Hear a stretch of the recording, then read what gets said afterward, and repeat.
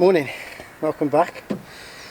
So I haven't been filming a little bit of work I've been doing, so I've not uploaded it yet, but the last video that you would have seen was me talking about my plans for the future.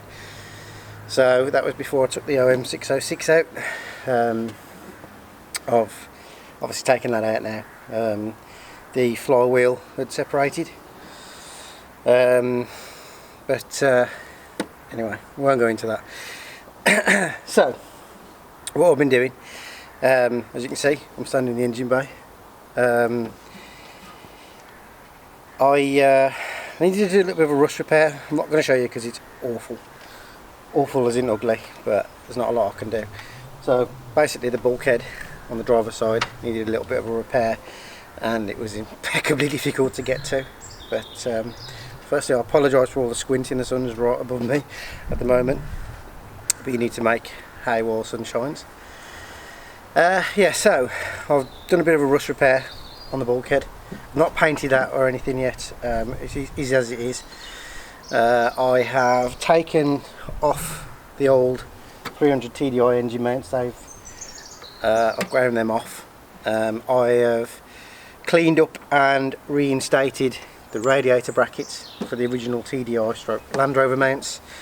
I had to originally cut them off to move the radiator forward on the OM606, so I've had to invest in some new ones of those. So unfortunately last week, I intended on doing this last week, so but I got after the welding of the bulkhead and the radiator mounts. I actually ran out of welding gas.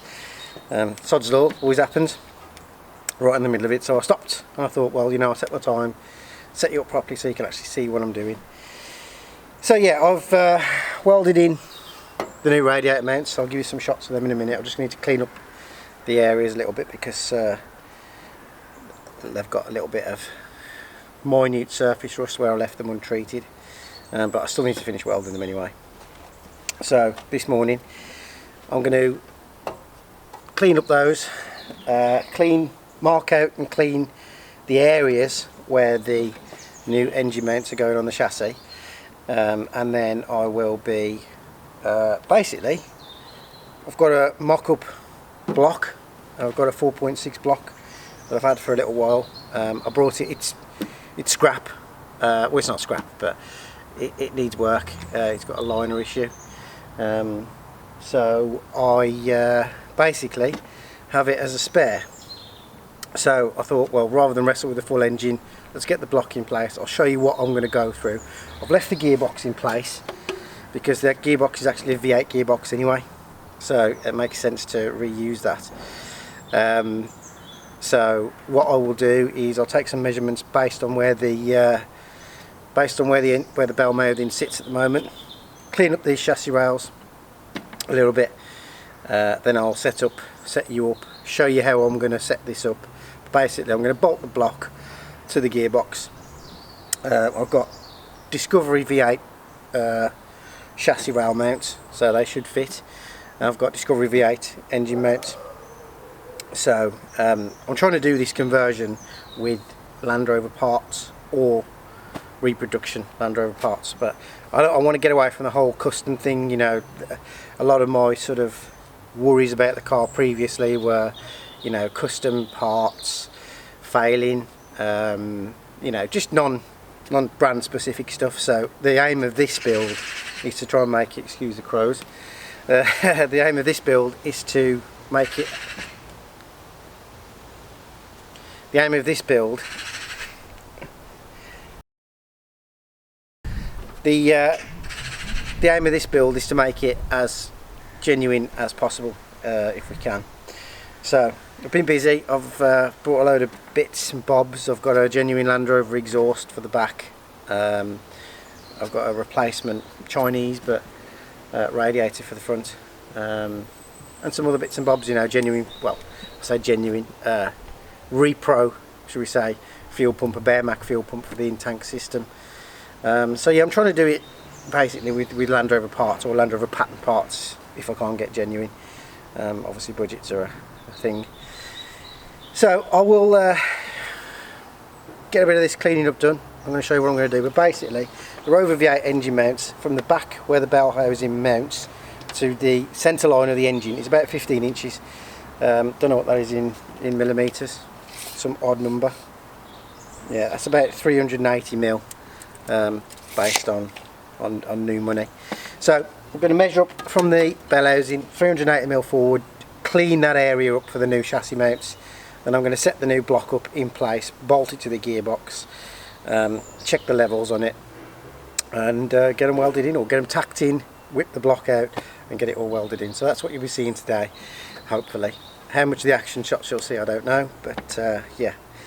Sorry I haven't uploaded for a while. Like I said previously, I've started a new job, and you know, life gets in the way, doesn't it? So, but we're back, and hopefully I'm going to bring you to see a little bit more of this, because when I actually installed the OM606 I didn't actually have the channel. So hopefully I'll give you a bit more of an idea of what it's like to fit a 4.6 V8 into a 300 TDI chassis. So bear with me, and I'll bring you back shortly. So again, excuse the light, but that's the welds on the radiator mounts. They don't look pretty, but they're strong, plenty strong. So yeah, they've got it nice and firm. I'm not a professional welder by any means, and you can see that the damp's gotten in a little bit since last week. So I'm going to measure out now 15 inches from the face of the bell mouth there to the chassis rail. It's going to land somewhere about here. Clean this area up and get it prepped for the new mounts. That's the engine mounts all cleared up. Apologies for the lack of focus. That's that on that side. I haven't touched those welds, I'm not going to bother. And that's the other side, the chassis rail done. So yeah, I'll bring you back shortly. So there we have it. Chassis mounts bolted on. Excuse the rubbers, they're not staying. I'm just waiting for some more to turn up. So that's what it should look like, in somewhere in the chassis rails. So yeah, okay, so just lift it over now, drop it in, bolt it up to the bell housing, tack him. There you go. Bring you back shortly.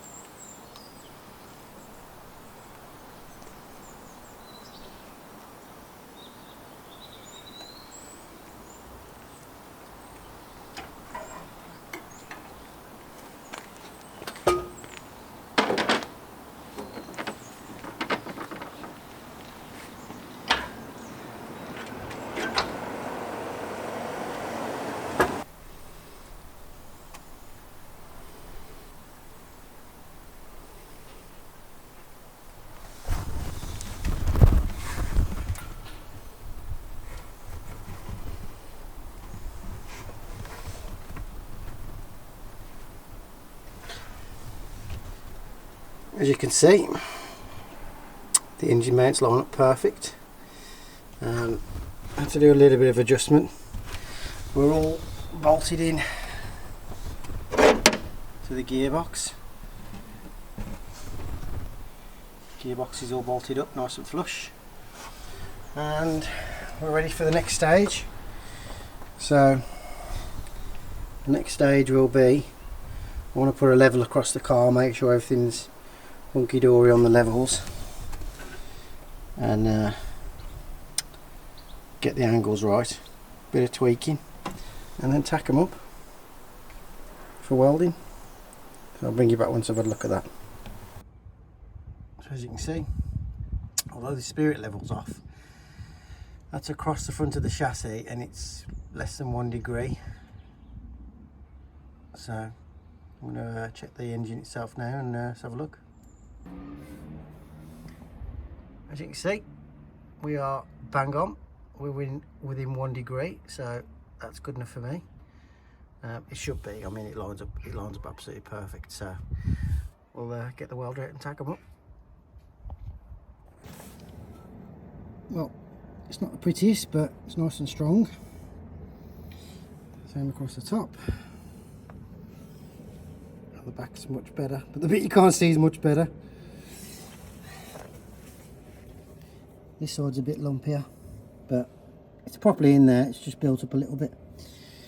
So again, top's much better and the back's much better. So there you go. I'm not going to bother cleaning all this off. You're never going to see it.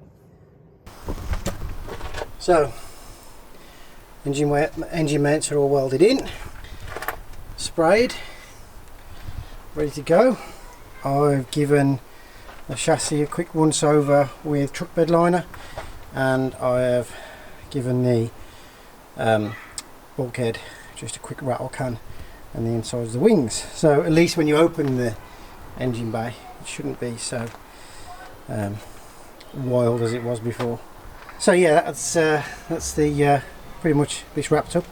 I'm just going to give this a quick give this an hour, then I'll pop the engine back in, and then I'm going to pop on the cylinder head so I can have a look at some exhaust manifold fitment. But yeah, there we go. Not too bad at all. The welds don't look great, but it's because they pulled. I mean, they're good and solid, believe me. My old man's a professional welder. It's just the fact with the access and stuff, they just pulled a little bit, but yeah, good and strong. Anyway, talk to you in a bit. So I'm going to wrap this video up. Yeah, as you can see, I've had enough. I'll give you a quick. I'll try and get in the way of the engine bay. No. I'm going to wrap this video up now. Yeah, I've had enough. I've been on it about 6 hours or so. So not a bad day's work. I've cleaned and painted the engine bay, got the engine mounts in, cleaned up some of the welds, painted and seam sealed the patch that I did on the bulkhead. So yeah, not too bad. I have yeah, I'll put the engine back in for now because I've got to have a look at, you know, various bits and bobs, exhausts and stuff. But I'll just give you a quick sneak preview. So in a deal when I bought this engine, so this engine's scrap, not scrap. It's got a water jacket problem, so it needs a lot of work.